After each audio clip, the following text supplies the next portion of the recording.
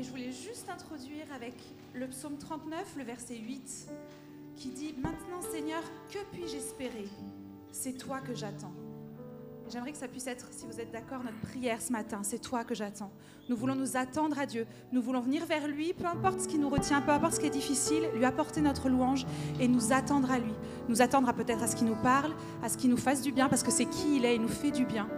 Et qu'on puisse tous ensemble louer. Est-ce que vous voulez bien? On fait ça? Seigneur, je te remets vraiment ces instants. Nous voulons être dans la joie d'être avec toi ce matin et d'être avec nos frères et sœurs.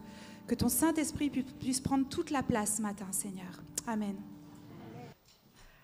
Avant de laisser la place à Jos pour le message, j'aimerais d'abord faire les annonces aujourd'hui.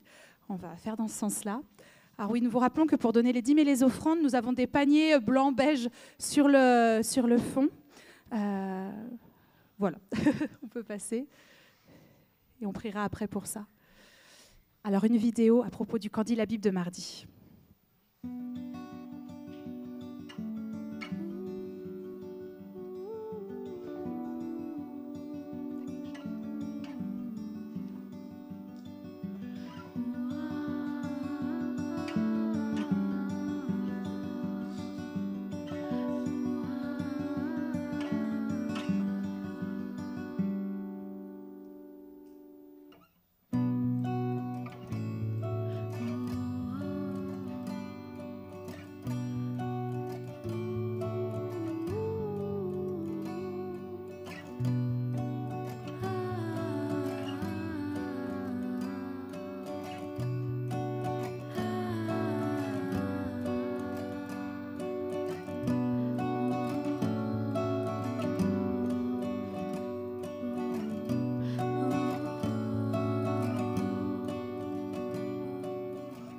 Ce mardi 24 octobre, ça sera au sous-sol de l'église à 20h avec Jorébi pour le Candy la Bible. Donc vous avez vu le petit teaser. Venez nombreux, venez à l'heure.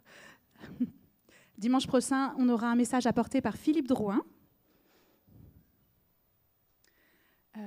La semaine prochaine, on vous en parle depuis plusieurs dimanches, il y a le repas fraternel qui est préparé par l'équipe. Alors au fond, il y a les feuilles pour s'inscrire, c'est le dernier dimanche pour vous inscrire. C'est 10 € le repas. Alors normalement, il y a voilà, pour vous donner l'eau à la bouche. Nous avons, donc en entrée, il y aura des œufs cocottes à la fondue de poireaux. En plat principal, un couscous royal. Et en dessert, une tarte au citron. Voilà, ça donne envie, hein. Donc n'hésitez pas, à la fin du culte, vous allez vous inscrire au fond sur la petite table. Il y a une table et puis voilà, vous pouvez payer directement aux personnes qui seront à côté. Peut-être à Violette, je ne sais pas si c'est Violette qui restera à côté. Mardi de la semaine prochaine, vous savez, c'est le 31 octobre et il y a aussi un peu la mode d'Halloween qui est venue des États-Unis. Et ici, le groupe Louange propose une soirée louange pour, au lieu de proclamer la mort sur cette soirée, nous voulons proclamer la vie. D'accord? Donc ça sera vraiment Hallow-vie. Venez nombreux tous ensemble ici. Donc ça à 20h, mardi 31 octobre, c'est facile de se rappeler du coup. Et voilà, venez nombreux ensemble, on va déclarer la vie, on va louer notre Dieu ensemble. Et merci au groupe Louange qui se prépare pour ce temps. Nous rappelons qu'il y a le week-end d'hommes le vendredi 3 novembre jusqu'au samedi 4 novembre. Je ne sais pas s'il y a encore des inscriptions. En tout cas, pour ceux qui sont inscrits, n'oubliez pas. Est-ce qu'il y avait encore quelque chose? Oui, il y a l'équipe propreté qui nous fait tous les ménages de l'église en haut, en bas. On est tellement toujours bien accueillis, c'est toujours propre, nickel. Et ils ont besoin de renfort, de monde qui vienne les aider. Donc s'il y a besoin, si vous sentez que vous pouvez servir là, vous pouvez aider notre communauté là-dedans, vous venez voir Marie-Louise. Je peux te demander de te lever? Voilà, vous venez voir vraiment Marie-Louise à la fin du culte. Et même si vous avez juste des questions, allez la voir, elle répondra et puis après vous verrez en fonction de vos disponibilités. Alors juste une dernière annonce avec... Oui, bonjour à tous. Alors j'ai vu qu'il y avait 75 ans. Ça veut dire que bientôt, je ne pourrai plus venir aux soirées de louange, hein, parce que... Mais c'est une erreur ou pas? C'est une erreur ou pas, je me demande. Bon, enfin, à 175. Bon, tu ne peux plus venir, Salvatore. Hein. Bon, voilà. Écoutez, alors, voilà, dans cette église, on peut louer jusqu'à tard. Hein. Et puis, dans cette église, on a 2 occasions de manger ensemble. Parce qu'on veut vraiment travailler les liens de famille. Et vous savez, les liens de famille en France, c'est quoi? Eh bien, on se connaît et on mange ensemble. Hein, on fait la fête en famille et on mange ensemble. Et donc, il y a 2 occasions de manger ensemble. Donc, ce repas fraternel qui vous est proposé ce dimanche, Et puis, il y a les repas de famille qu'on organise avec mon épouse Odile. Là, donc, il faut vous inscrire. Je vais laisser des feuilles au fond. Alors, ça va peut-être faire un peu double emploi, mais ce n'est pas du tout les mêmes. Et le repas de famille, eh bien, tous ceux qui sont inscrits, jusqu'à présent, on est une trentaine d'inscrits. Et donc, on espère en avoir beaucoup plus. Et si vous arrivez dans l'église, c'est vraiment une occasion. Pendant cette année, on va faire 3 repas de famille. C'est-à-dire qu'un premier repas, vous serez mis dans une famille qui sera responsable de vous accueillir. Dans un deuxième repas, vous irez dans une autre famille qui sera chargée de vous accueillir. Et peut-être le troisième repas, ce sera vous qui allez accueillir d'autres familles parce que vous serez porté volontaire pour accueillir la famille. Donc, vous voyez, dans une année, vous allez pouvoir rencontrer 3 fois 8, 3 fois 9, non, vous n'y serez pas, donc une quinzaine de personnes, vingtaine de personnes. Et nous, donc, depuis plusieurs années, on fait ça. Et on a des liens parce que donc, on est nombreux, on ne se connaît pas bien. C'est vraiment une occasion de se connaître. C'est vraiment important. Donc, vous mettez votre nom, votre téléphone, et Odile vous rappellera. Et on organisera maintenant, on va faire plutôt par un petit groupe WhatsApp. On ne va plus faire par mail, parce que le même, c'est difficile pour beaucoup. On va faire WhatsApp, ça a l'air de mieux marcher. Inscrivez-vous si vous voulez venir en famille. Et effectivement, pour l'avoir expérimenté, c'est vraiment des temps vraiment super.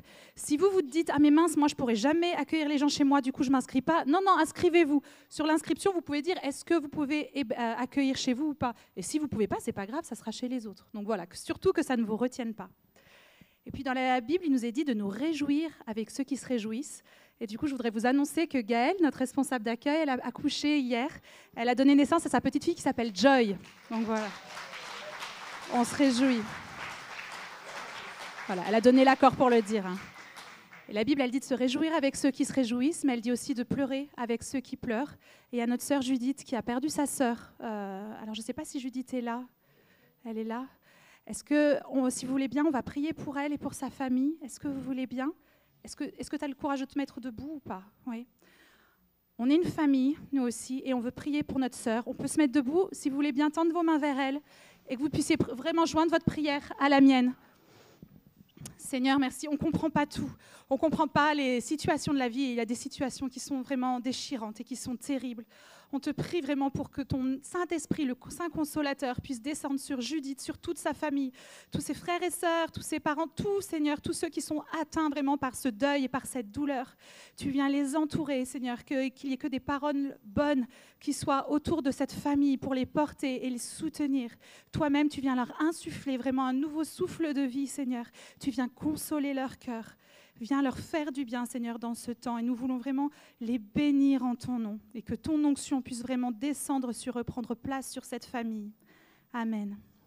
Amen. Merci. Merci à vous tous. Et Joss, nous te laissons la place.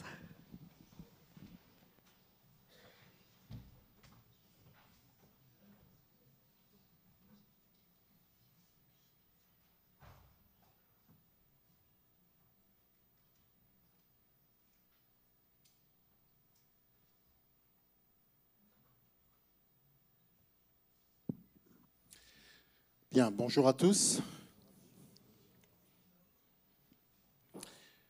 Nous ne voulons pas simplement nous limiter à prier en tendant les mains vers toi, Judith, mais nous voulons aussi manifester un peu plus notre affection. Tout à l'heure, tu accueilleras tous ceux qui sont de ta famille et des proches dans la grande salle du sous-sol pour un temps de consolation. Donc n'hésitez pas à aller personnellement lui présenter les condoléances. Vous allez bien? Je voudrais commencer par vous poser quelques questions. La première, c'est de savoir s'il y a quelqu'un, forcément, quelqu'un ici dans la salle qui peut me dire quel est le verset le plus court de la Bible. Est-ce que vous pouvez donner la référence? Oui. Jean 11, 35. Tu auras une récompense, Patrice. Est-ce que vous pouvez me dire, deuxième question, quel est le psaume le plus long? Bravo. 119. Ok, une dernière. Quel est le psaume le plus court? Bravo. Bravo, bravo. C'est William? Toi aussi, tu auras une récompense. C'est le psaume 117. Et le psaume 117, il est formidable. Parce qu'il nous encourage, il nous invite à louer le Seigneur. Il nous invite à proclamer la grandeur de Dieu. Je pense que toute l'équipe de louanges aime ce psaume 117. Et c'est ce que nous venons de faire. Nous avons loué ensemble le Seigneur. Alors peut-être que vous allez me dire, oui, Jos, c'est bien beau de dire ça, mais moi, je n'ai pas pu. J'ai pas pu louer le Seigneur. Et bien sûr, si vous me dites ça, la question qui va venir là sur mon cœur et dans ma bouche, ça sera pourquoi? Pourquoi tu n'as pas pu louer le Seigneur? Alors il y a deux axes de réponse. Le premier axe, il est plutôt extérieur, en dehors, et le deuxième est en dedans.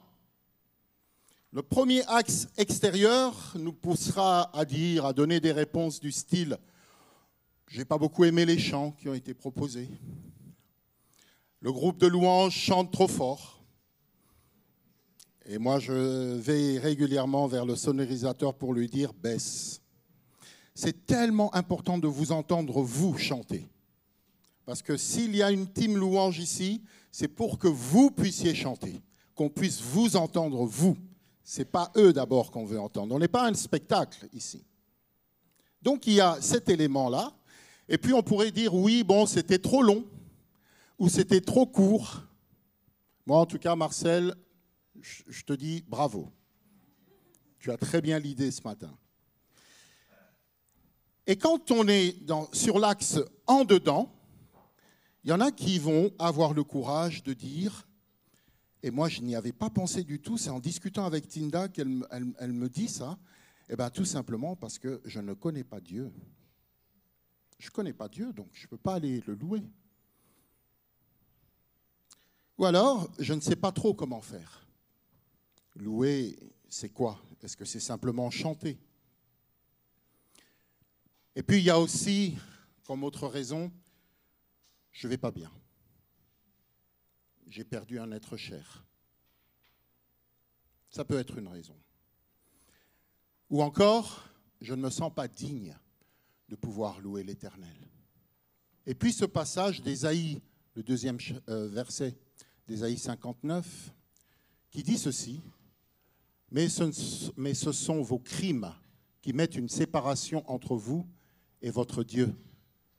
Ce sont vos péchés qui vous cachent sa face et l'empêchent de vous écouter. Alors ça revient. Et on se dit, j'ai péché. Comment je vais louer ce Dieu saint? Quand je préparais ce message et que je me plaçais devant Dieu, j'ai eu une pensée très claire qui concerne plus d'une femme ici dans cette salle qui sont là ce matin et qui culpabilisent pour des avortements qui ont eu lieu il y a déjà quelques années, mais encore aujourd'hui, elles souffrent avec cette question qu'elles se posent. Seigneur, as-tu accueilli l'enfant que j'ai perdu? Et elles disent, mon enfant me regarde. Est-ce qu'on peut incliner la tête et prier?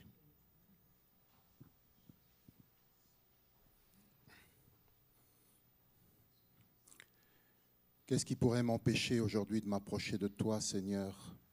Ma faute, mon péché? Ce matin, je voudrais répandre mon cœur devant toi. Tu ne parles jamais en vain. Et je voudrais vraiment que tu sois ce soutien pour ma sœur. Seigneur, rassure-la de ta présence, de ton pardon. Rassure-la que tu es ce Dieu qui accueille dans tes bras, qui pardonne et qui ne revient pas sur la faute. Amen.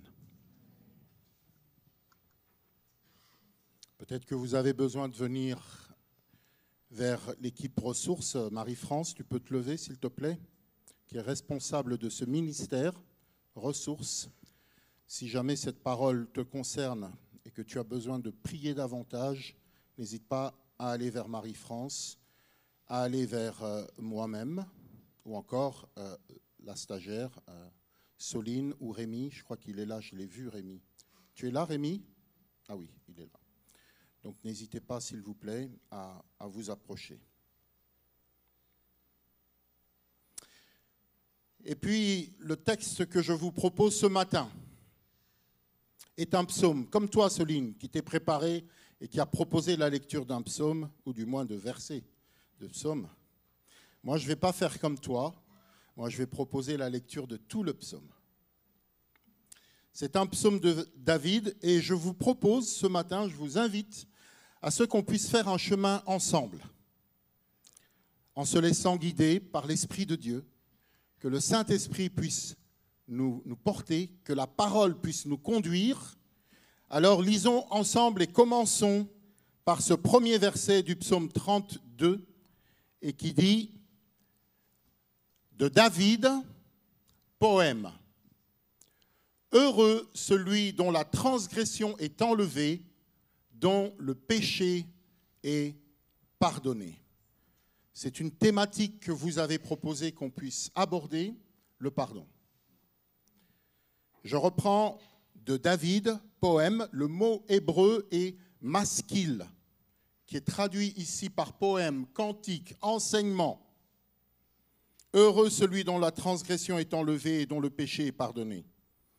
Nous savons déjà que plusieurs psaumes sont attribués au roi David, à David. Et nous savons que le nom a une portée. Le nom est important. Le nom que vous portez est important, tout comme celui que je porte d'ailleurs. Ça a un impact. Et en fait, David, en hébreu, c'est amour. Amour. Le roi David, c'est le roi amour. Et le psaume 32, il commence en disant de David, maskil, donc enseignement, et qui est traduit tantôt par poème, cantique, comme je le disais à l'instant, enseignement, discernement. Donc rien que par son titre, ce psaume nous annonce qu'il nous donne par amour de l'enseignement. Rien que par son titre. Et le premier verset, il nous fait savoir que ce texte est une bonne nouvelle. C'est le même mot qui est utilisé par notre Seigneur Jésus lorsqu'il commence son ministère dans l'évangile de Matthieu avec les béatitudes. Il va dire « heureux ». Donc ce matin, je voudrais vous annoncer une bonne nouvelle par ce psaume. Le premier donc verset nous dit, nous enseigne deux choses importantes qui rendent le chrétien, le juste, l'homme, d'une manière générale, heureux. La première chose, c'est que la transgression est remise. Dans d'autres versions, vous verrez, la rébellion est portée. Et je reviendrai dessus. Et puis la seconde, c'est que le péché est pardonné. Vous le voyez là dans ce... Non, reviens, voilà. Sur ce verset-là, vous voyez, heureux celui dont la transgression est enlevée, et ensuite, dont le péché est pardonné. Voilà deux choses qui peuvent nous rendre heureux. Notre transgression, ou encore autrement notre rébellion, elle est remise, c'est-à-dire qu'elle est portée. Et lorsque je dis qu'elle est portée, ça nous conduit, ça nous renvoie vers la croix de Jésus-Christ, qui est le second Adam, qui par sa mort et sa résurrection, il a porté le péché du monde. Amen. Il a porté le péché du monde. Et ensuite, puis le péché donc couvert, ça nous renvoie cette fois-ci vers le premier Adam et son épouse Ève. Souvenez-vous, dans Genèse 3, verset 7, quel a été le premier réflexe d'Adam une fois qu'il avait péché? Qu'est-ce qu'il va faire? Il va couvrir. Il va cacher la nudité. Il va couvrir. Et Dieu, le Père, va lui apprendre, d'ailleurs, va l'enseigner que ce n'était pas une bonne idée de couvrir. Pourquoi? Pourquoi je pense que ce n'était pas une bonne idée, que Dieu, justement, vient l'enseigner, vient à son secours? Eh bien, mes bien-aimés, on ne peut pas cacher sa faute à soi-même. On ne peut pas cacher sa faute à soi-même. C'est complètement inefficace. C'est un déni qui est inopérant. Et Dieu, justement, va venir, lui, et il va couvrir Adam et Ève en leur fabriquant des habits de peau. Et cette action de Dieu de couvrir, ce qu'a révélé justement le péché d'Adam, m'aide à comprendre qu'il n'est pas question de faire disparaître le péché, mais de le couvrir par Dieu, c'est-à-dire que ce péché ne soit plus au premier plan, qu'il ne soit plus une question qui est prise en charge, qu'il ne soit plus une question qui est prise en compte, qui n'offusque plus ni moi, ni l'autre. Ni moi, ni l'autre. Oui, parce qu'il y a nous et il y a les autres. Et puis d'ailleurs, la parole de Dieu nous parle de pierre d'achoppement. C'est Paul qui en parle dans sa première lettre aux Corinthiens au chapitre 8, verset 9, et nous invite à prendre garde que notre liberté ne devienne pas une pierre d'achoppement pour les faibles. Voilà ce qu'il dit. Notre péché porté, notre transgression portée et notre péché couvert. Et on arrive sur ce deuxième verset, Loïc, qui dit « Heureux l'homme à qui l'Éternel ne tient plus compte de sa faute et dans l'esprit duquel il n'y a point de fraude. » Et vous avez certainement remarqué comme moi. Qu'est-ce que vous avez constaté? Regardez bien. Le premier verset, il dit « heureux ». Et le second aussi dit « heureux ». Mais quelle est la différence entre les deux? Vous avez vu, n'est-ce pas? Le premier verset, il dit « heureux celui », alors que le second, il dit « heureux l'homme ». Et ce qui est intéressant lorsqu'on dit « heureux l'homme », finalement, on cite le sujet pour lequel il y a ce bonheur. Celui qui est à la base du bonheur de l'homme. Et c'est qui? L'Éternel.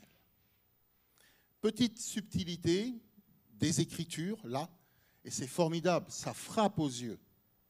N'est-ce pas? Non? Vous n'êtes pas avec moi, là? Non? Ça ne vous a pas frappé aux yeux? Vous n'avez pas vu celui et après l'homme, vous n'avez pas vu ça? Non? Eh bien, amen. C'est vrai que c'est agréable d'être pardonné par son prochain, par sa femme. Non, j'ai rien à régler avec elle, hein. Je vous assure tout de suite. Par le prochain, mais c'est tellement essentiel d'être pardonné par Dieu. Et le texte, comme je disais tout à l'heure, marque quelques petites nuances. Il n'est pas dit « heureux l'homme qui n'a pas de fraude, de tromperie », mais c'est marqué que cette tromperie ne soit pas dans son esprit. Autre subtilité, que cette fraude ne soit pas dans son esprit, et dans l'esprit duquel il n'y a point de fraude. Alors on peut se demander, mais qu'est-ce que ça veut dire ça? Ça veut dire que David, l'homme selon le cœur de Dieu, lui, eh ben, il n'a pas de fraude comme raison d'être. Il ne vit ni par fraude, même si il a péché, mais il ne vit ni par fraude, ni pour, ni par. Et du coup, on arrive sur ce verset 3, je vais aller un petit peu vite. « Tant que je me suis tu, mes os se consumaient, je gémissais toute la journée. » Ce verset 3, en fait, il est en train de nous montrer ce que le roi David considère comme la force même du péché. Il nous montre quel est l'essence même de ce qu'il appelle le péché. Lorsqu'il dit « je me taisais ». Pour David, le péché, ce n'est pas simplement de ne pas avoir écouté son Dieu, ce n'est pas simplement de ne pas avoir fait ce que Dieu lui a demandé de faire, les prescriptions de notre Dieu. Mais cela va plus loin. La force, justement, qui le tient encore dans ce péché où ses os sont consumés, Eh bien, c'est surtout parce qu'il se tait. Il ne parle pas. Il garde ce péché. Il ne le confesse pas. Parler, on le sait, c'est entrer en relation avec l'autre. Parler, c'est considérer l'autre comme étant digne d'être son interlocuteur. Et d'ailleurs, on voit, lorsque Adam a péché, il va se cacher. Pourquoi? Pour se taire. Et qu'est-ce que Dieu fait? Eh bien, il le cherche. Il va le chercher et il engage la conversation avec lui pour qu'il puisse exprimer les choses. Et vous voyez ce qui va se passer avec Caïn. Quand Dieu vient lui parler, il lui dit, écoute, et Caïn, il veut pas parler, il n'entre pas, il ne discute pas avec Dieu. Et puis il va aller pécher.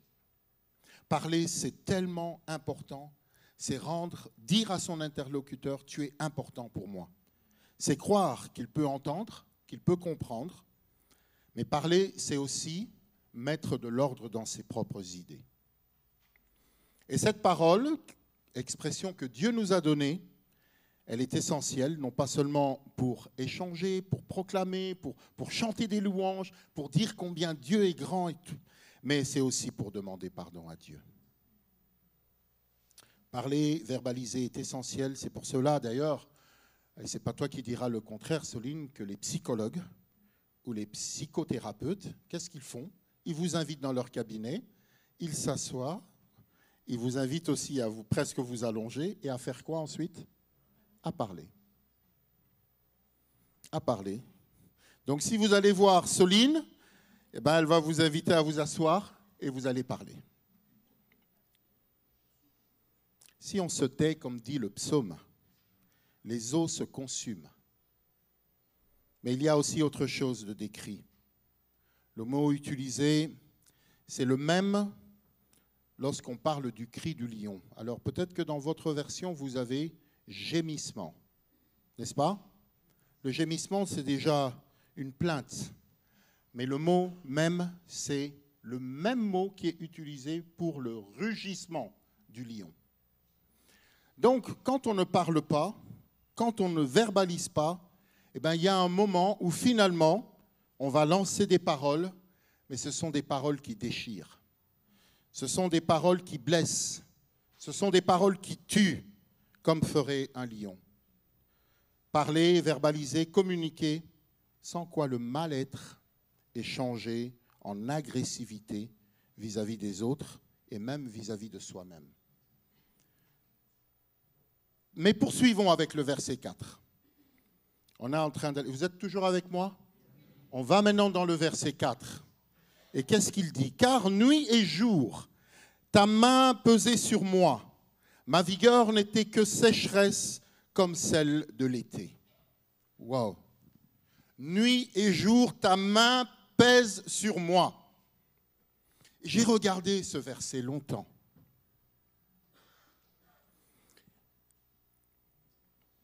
Qu'est-ce que ça suscite chez vous d'entendre ça? Nuit et jour, ta main pesait du poids sur moi. Le verset 4, effectivement, semble décrire ici le mal-être de David comme un poids qui vient de Dieu et qui était posé sur lui. Comme si Dieu est en train de le punir. Comme si la punition de Dieu s'abattait sur lui. Mais moi, je ne suis pas de ceux qui croient et qui affirment que Dieu ajoute à notre souffrance un poids. Je ne le crois pas. Je crois plutôt que Dieu soulage. Je crois plutôt que Dieu, lorsqu'il pose sa main sur nous, c'est une main paternelle. Il est notre Père, n'est-ce pas?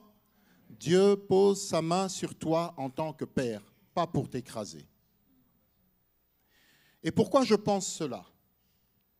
Parce que le mot qui est utilisé ici pour parler du poids, c'est le même mot que Paul utilise dans sa lettre, dans sa deuxième lettre aux chrétiens de Corinthe, lorsqu'il parle de la gloire de Dieu.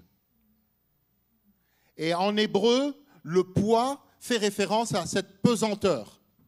Dieu a sa main qui est posée sur David pour qu'il soit toujours en pesanteur, que la pesanteur ait toujours de l'effet sur lui.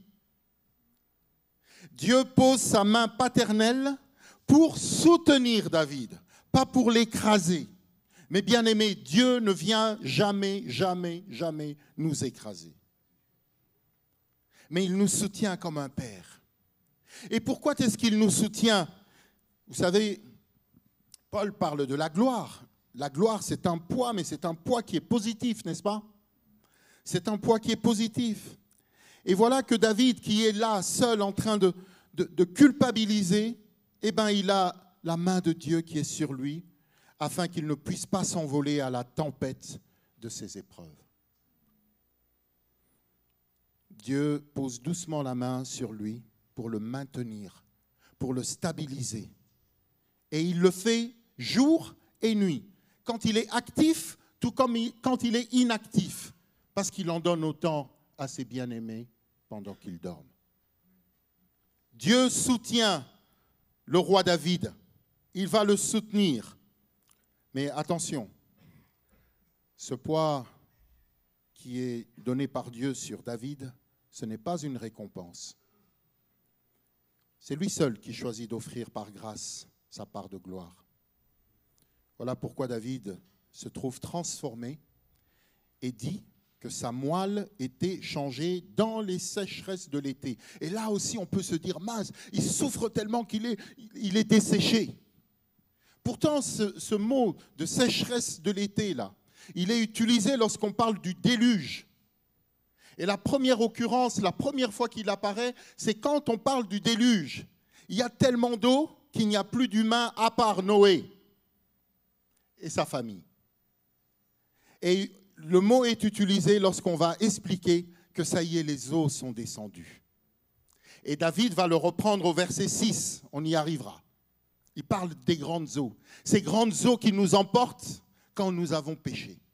Et vous savez combien de fois les hommes, les femmes, je vais vous donner un court témoignage. Une personne que je connais toujours. Cette personne était en difficulté dans son couple, séparée de son mari, se retrouve un jour seule dans son appartement. Il y a cette terreur qu'il y a sur elle. Elle souffre certes de cette séparation et elle entend de manière claire: jette-toi par la fenêtre. Non seulement elle entend clairement qu'on l'incite à se jeter, se donner la mort, se jeter par la fenêtre, mais en plus, elle a la sensation qu'elle est accompagnée vers cette fenêtre. Elle semble sentir dans son dos qu'on l'emmène vers la fenêtre pour qu'elle puisse se jeter. Et voilà qu'elle va crier le nom de Jésus. Et cet accompagnement disparaît instantanément. Et bien aimé, la culpabilité peut nous emmener loin. On connaît, on entend, on a vu des personnes qui se donnent, qui arrêtent leur vie à cause de cette culpabilité. Voilà pourquoi Dieu nous soutient, pose son poids sur nous.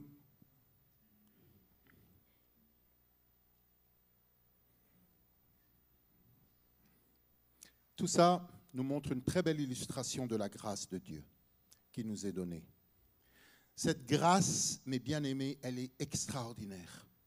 La grâce que Dieu nous donne lorsqu'il nous invite à venir vers lui pour recevoir le pardon. C'est ainsi qu'il est important de marquer une... Non, tu peux revenir en arrière, s'il te plaît. De marquer quoi? Une pause. Quand on réalise ça, on marque la pause.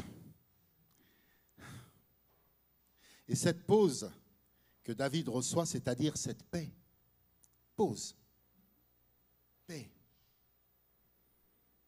David peut enfin avoir le repos. Et ce petit mot de pause qui veut dire, en fait, balance.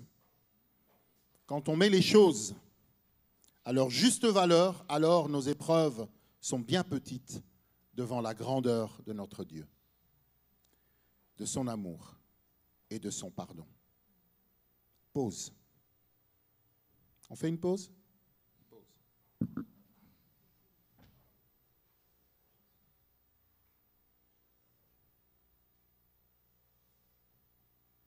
Je t'ai fait connaître mon péché, dit David. Je n'ai pas couvert ma faute. J'ai dit, je confesserai mes transgressions à l'Éternel. Et toi, tu as enlevé la faute et mon péché, de mon péché, pardon. Pause à nouveau. David nous fait, en quelque sorte, en plein milieu de son texte, il nous fait le résumé, il verbalise ce qu'il vit avec Dieu. Il nous rappelle qu'il a parlé, comme vous allez parler ce matin. Qu'il n'a pas couvert lui-même sa faute, comme vous n'allez pas le faire. Et qu'il a reconnu son imperfection et il sait que Dieu soulève le poids de sa faute sans pour autant le faire disparaître. Vous avez tous des cicatrices. Et lorsque vous regardez votre cicatrice, vous allez vous rappeler peut-être ce qui s'était passé, mais vous n'avez plus mal. Dieu rend libre de la charge, de la culpabilité et surtout, il donne la pause. Il donne la paix. Ensuite, qu'est-ce que David fait? Eh bien, il s'adresse à nous et il nous invite, nous les fidèles. Et il dit au verset 6, « Qu'ainsi tout fidèle te prie au temps convenable, si de grandes eaux, dont je parlais tout à l'heure, voilà, il le cite là, si de grandes eaux débordent, elles ne l'atteindront nullement. » En fait, il s'adresse à nous et il nous enseigne combien il est bon pour tous les fidèles de prier au temps convenable. Au temps convenable. Bon.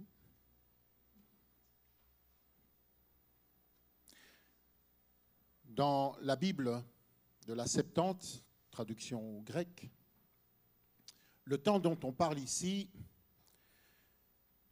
ce n'est pas le temps chrono en main, mais c'est le temps kairos, c'est-à-dire le temps de la saison, le temps de la moisson, le temps de la récolte, le temps opportun. C'est le temps du renouvellement, d'une nouvelle création qui protège du débordement des grandes eaux. Et David affirme que Dieu sauve du déluge le pécheur quand il se place dans le juste temps de la relation et de la parole. Alors, quel est donc ce juste temps? Laissez-moi vous dire, mes bien-aimés, que ce juste temps, c'est quand tu découvres ton péché. Ce juste temps, c'est aujourd'hui. Ce juste temps, c'est maintenant. Et aujourd'hui, tu peux dire, tu es un abri pour moi, verset 7. Tu me gardes de la détresse, tu m'entoures de cris de délivrance. Pause. Dieu est pour David cette protection contre cette détresse qui peut lui être imposée.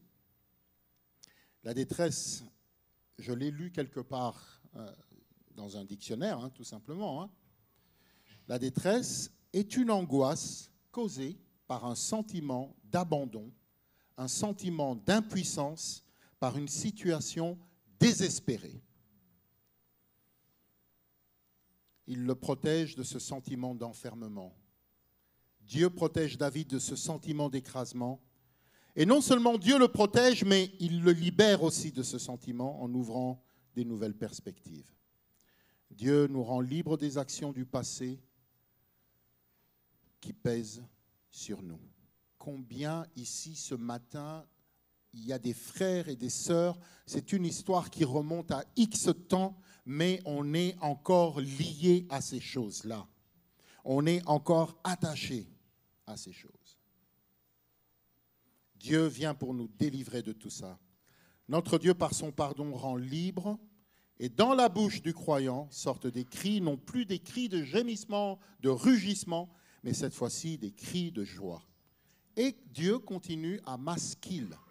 Dieu continue à enseigner. Au verset 8, il dit « Je t'instruirai, te montrerai la voie que tu dois suivre, je te conseillerai. » Comme quoi, quand même Dieu pardonne, ok, tu es pardonné, il ne dit pas « Va de ton côté et moi du mien ». Il continue à t'éclairer, à t'instruire, à t'accompagner, à faire en sorte que tu ne retombes plus dans ce que tu as déjà commis par le passé. Lorsqu'il dit « J'aurai le regard sur toi », c'est un regard bienveillant. Et la liberté donnée ne veut pas dire, comme je disais tout à l'heure, toi va de ton côté et moi du mien. Dieu ne s'impose jamais à nous. Amen? Vous êtes d'accord? Dieu ne s'impose jamais à nous. Jamais. Et on va justement le comprendre avec ce verset 9. Ne soyez pas comme un cheval ou un mulet sans intelligence. On le bride avec un frein, un mors dont on le part afin qu'il ne s'approche pas de toi. Verset 9. Nous arrivons donc à ce verset qui est une exhortation qui est importante, qu'on a souvent entendue dans des prédications. Je voudrais juste rappeler que les rois se promenaient sur des ânes. Ils se déplaçaient sur des ânes et ils montaient sur le cheval en temps de guerre. Qu'est-ce que ce verset veut donc me dire? Le cheval est un animal de guerre pour le roi qui montait dessus justement pour combattre ou pour lutter. Dieu nous invite ici à ne pas être dans des rapports de force avec son prochain. Arrêtons d'être dans des rapports de force avec notre prochain. Et il va plus loin lorsqu'il cite le mulet. Pourquoi je dis qu'il va plus loin? Parce que le mulet, c'est un hybride. Le mulet, c'est le mélange de l'âne et de la jument. Et Dieu est en train de nous dire, ne faites pas d'amalgame. Ne soyez pas dans la confusion. Et puis il y a aussi autre chose, c'est que le mulet est un animal qui est stérile. Et notre Dieu, c'est le Dieu de la fécondité. Et il ne veut pas que ses enfants soient stériles. Dieu, certes, ne force personne, il n'impose à personne l'enseignement qu'il donne. Il ne met ni mort, ni bride dans nos bouches. Et vous savez combien, dans les sectes, on va vous dire ce que vous avez à dire. On vous... des morts dans la bouche. À l'ERV, on ne veut pas ça. On ne veut pas vous mettre, et notre Dieu ne veut pas ça, vous mettre des morts pour vous obliger à faire ou à dire ceci et cela.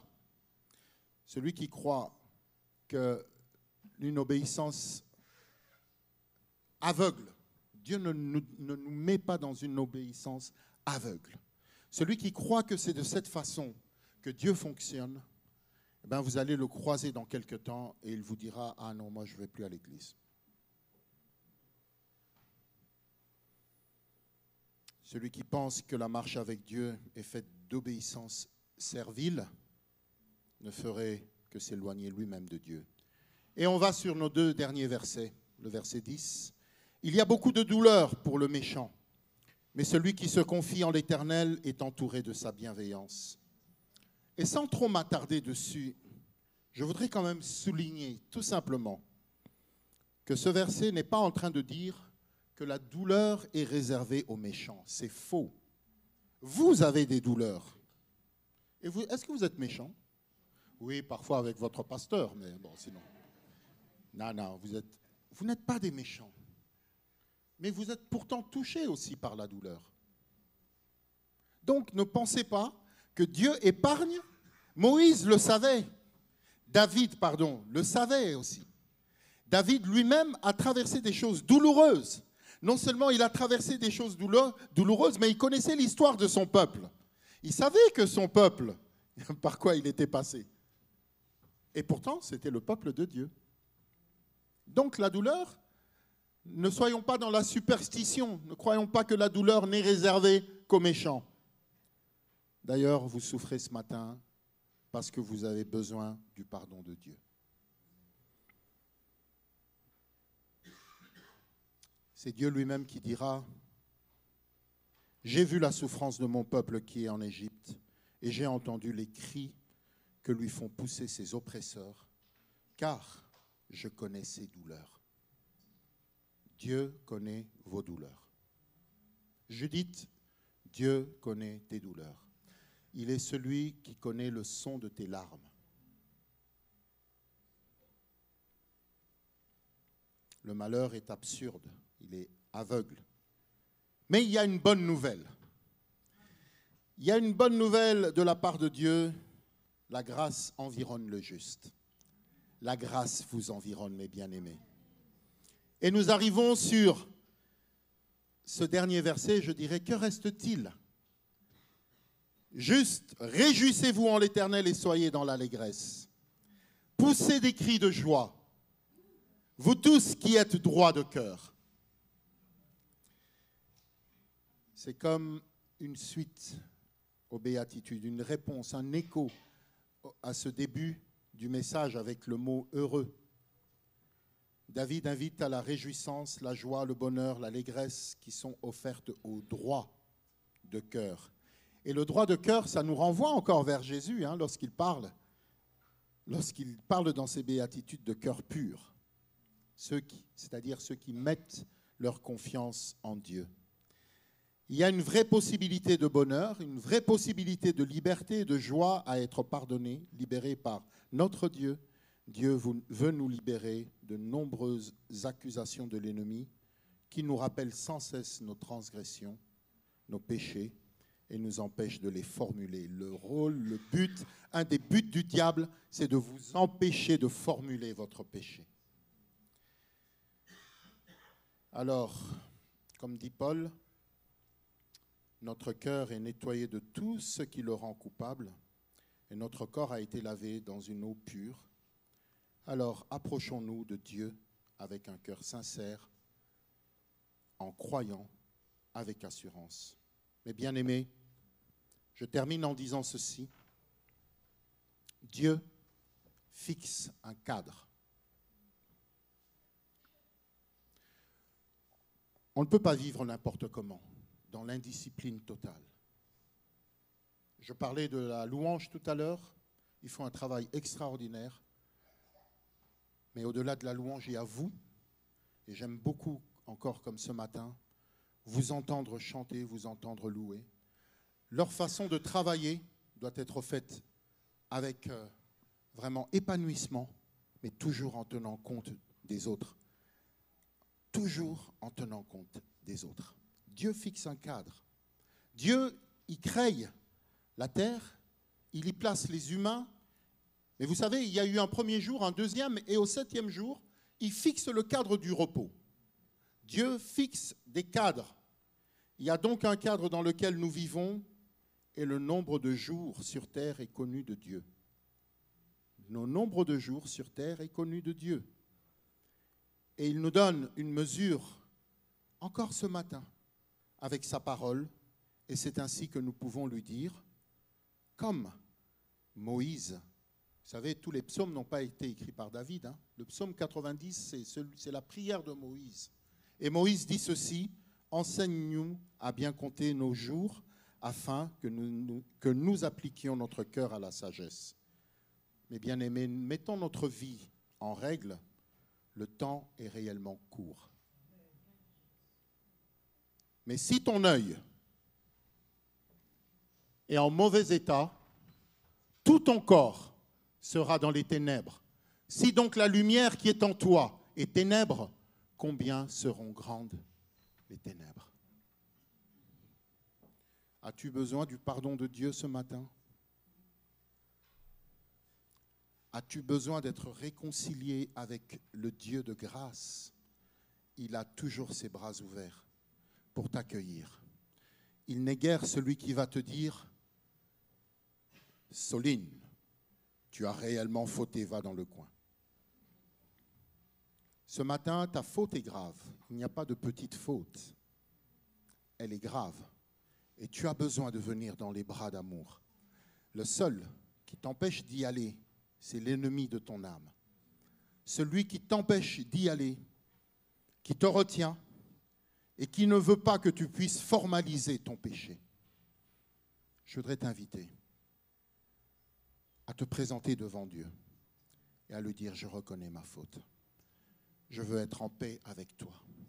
Je veux me réjouir. » Et peut-être qu'après, tu pourras, avec l'équipe de louanges, chanter réellement et ne pas dire « Ils ont chanté trop fort. Ils ont chanté trop court. » Mais réellement adorer le Dieu de gloire. Est-ce qu'on peut prendre un temps, se lever et se placer devant Dieu? Je voudrais te rappeler qu'il t'accueille. Il t'accueille déjà. Regarde au plus profond de ton cœur. Regarde au-dedans de toi-même. Et peut-être que tu diras, je viens vers toi. Ce que je te partage ce matin n'est pas une option. Ce que je te partage ce matin, c'est pour que tu ailles plus loin avec lui. Alors prions.